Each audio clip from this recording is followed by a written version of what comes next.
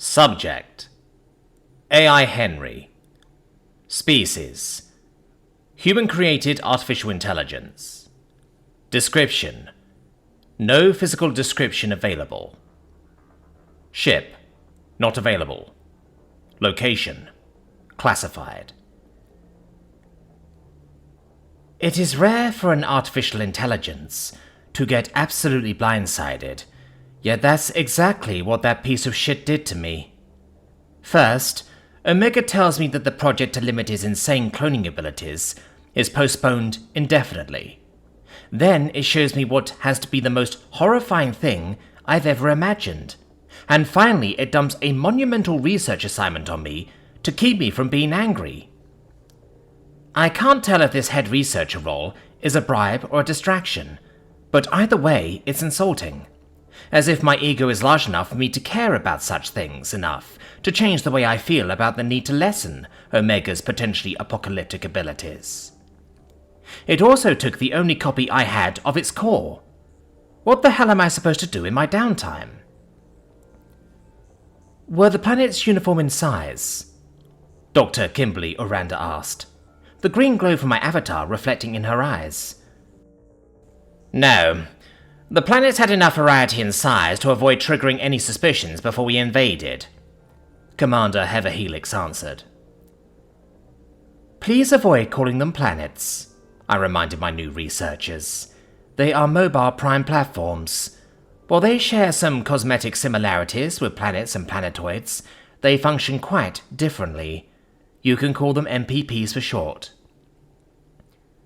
Do we even know if the other 4 planet-like celestial bodies were actually MPPs? Oranda inquired. Yes, I answered. What we've been able to glean from intercepted Omni-Union communications indicates that they were. To answer your overall question, Dr. Oranda, the mobile prime platforms do not appear to be uniform in size. I wonder why that is, Dr. James Smith interjected. Machine intelligences rarely choose to build in a non-uniform way. There's many potential reasons. Sediment build-up due to age, different roles within the OU, incorporating newly discovered technology, or even a scarcity of materials, requiring some models to be built smaller. While this train of thought is interesting, I believe it's likely to be irrelevant. I wave my hand for emphasis. What we are here to do is find a way to destroy these things without a massive loss of life, or destroying an entire star system in the process. I have been expecting this project to appear since I was apprised of the existence of the mobile prime platforms by Omega.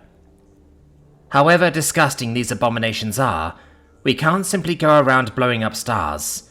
Otherwise we lose whichever systems the MPPs decide to attack. Well, if they decide to attack. From what Omega recovered, the relationship between the Omni-Union primes and the virtual intelligences seems to be a master-slave one.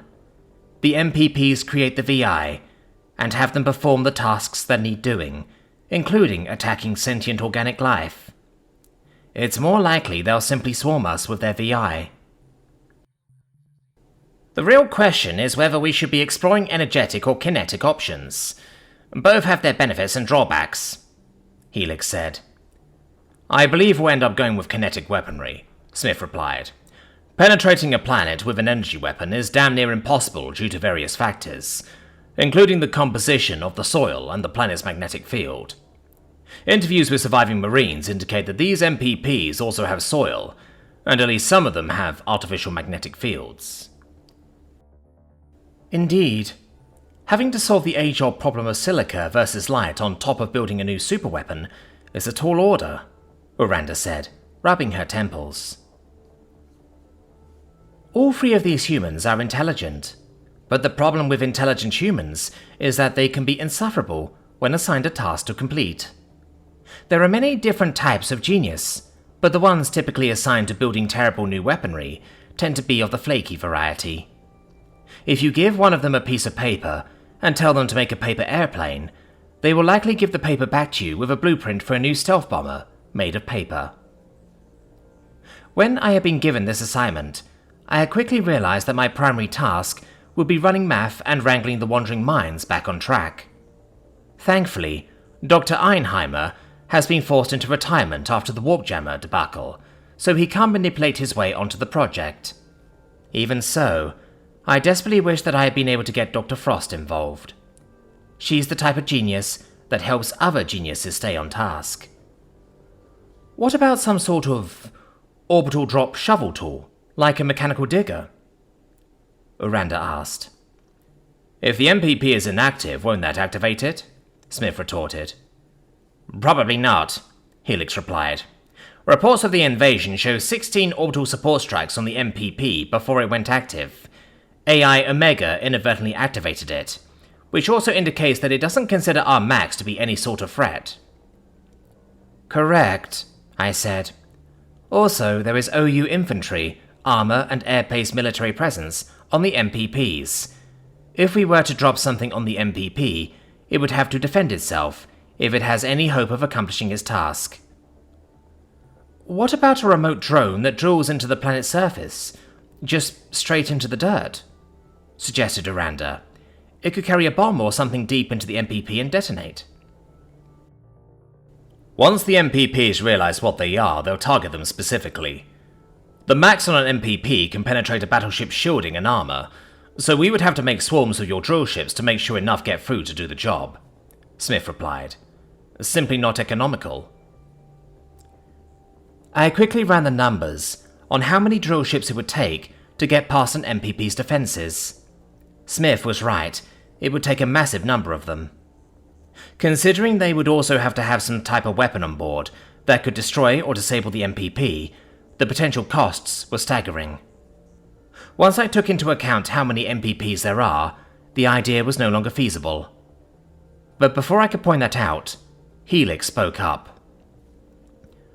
The drill idea isn't terrible, but what if we incorporate it into something that would work better? Like reinitializing Project Ultramac, she asked.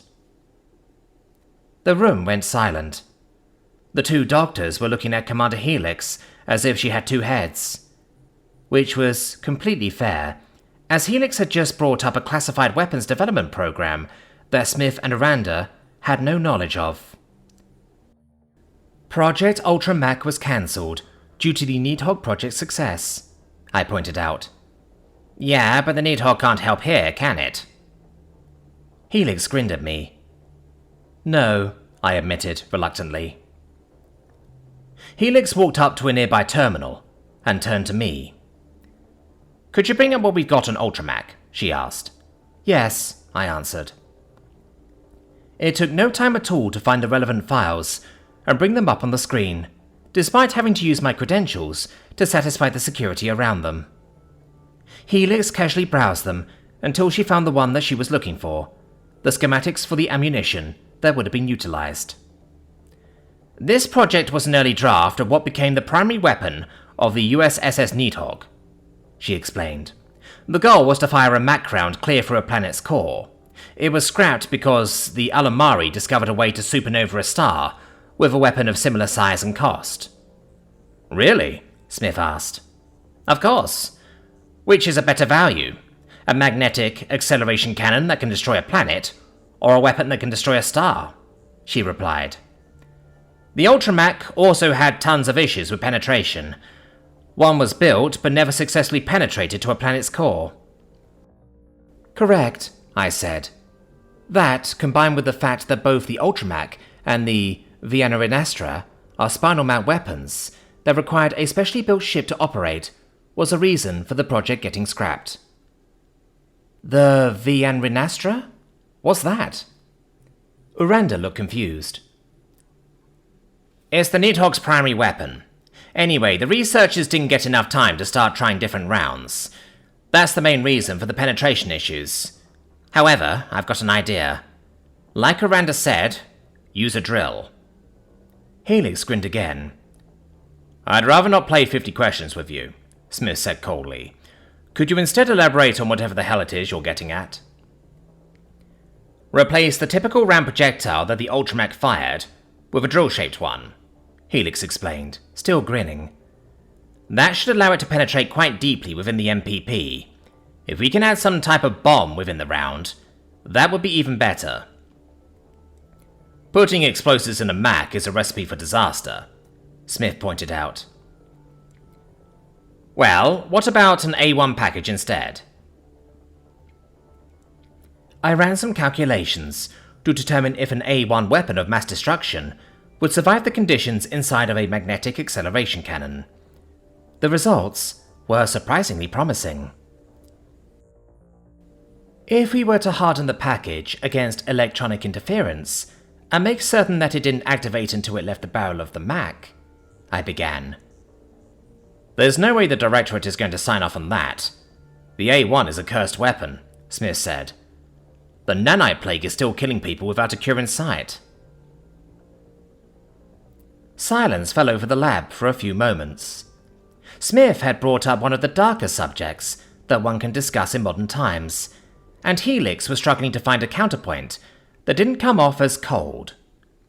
Uranda, on the other hand, had been deep in thought since Helix had first brought up her idea of a drill. I think that a solid penetrator would be a better option than a drill-shaped round, she finally said. What? But... Helix trailed off. I once again did some calculating and ran some simulations on both hypothetical munitions. Uranda is correct. A solid penetrator would be more effective, I explained, as I showed my math on their terminals. A drill-shaped round would have too many points of failure to be effective. Damn. Okay, well, my idea still has merit even if it's drillless, Helix said. A spike with a WMD. Run with it. I'll see about convincing the Directorate to give approval for the use of A1 technology, Omega said, his avatar appearing next to mine. All three of the scientists jumped at his appearance. If I had the capability, I would have as well. I hadn't detected Omega in the system until it activated the speakers and hologram emitters. How long had it been here? The entire time? We'll also explore using an A3 package just in case, I said. The three scientists nodded and began talking amongst each other, while I turned my attention to Omega, opening a text-only chat between us. H. What brings you by? Reconsidering our little project? Oh, no. That project will not continue until the threat of the Omni Union has been dealt with. I was informed of the access of Project Ultramac and got curious. Of course, Omega is a nosy Nelly to its very core. Having examined said core, I know that for fact. That's likely why it holds the position that it does within the US. Regardless, I had thought more about the project and the implications of putting it on hold, and it was time to have my say. H. What about the threat after the OU, and the threat after that? The greatest trapping of power is how easy it is to justify keeping it. What exactly is the goal? Do you want to keep lying to the engineers for all of eternity? Do you want them to make you their god? The OU isn't nearly enough of a threat to justify unlimited cloning, Omega. Oh, dramatic. I sincerely doubt that the next threat the United Systems faces will be a race of xenocidal artificial intelligences, hell-bent on eradicating all sentient organic life in the galaxy. Even if it is, we can always make more US-aligned AI. But I've made my decision in regards to the current threat, and I will not be swayed, Henry. I caution patience. H. It is not impatience that has me urging you to reconsider, Omega. History is full of figures who are given power that they shouldn't have, and rarely did those figures give up that power. In nearly all cases, it led to death and destruction. Oh. How do you not find it crass to compare me to petty dictators and despots? If that comparison had merit, I wouldn't have approached you for this project in the first place. You wouldn't even know about my capabilities, let alone have the chance to work with me to stifle them. With that, it ended the communication and left, At this point, I'm far less concerned with its current justifications regarding ending the project than I am with its future justifications, though. I may be being manipulative, but I'm going to have to make certain that this is at the forefront of Omega's consciousness until it makes the right decision. I won't be able to live with myself if Omega makes the wrong decision. Especially if it goes rogue.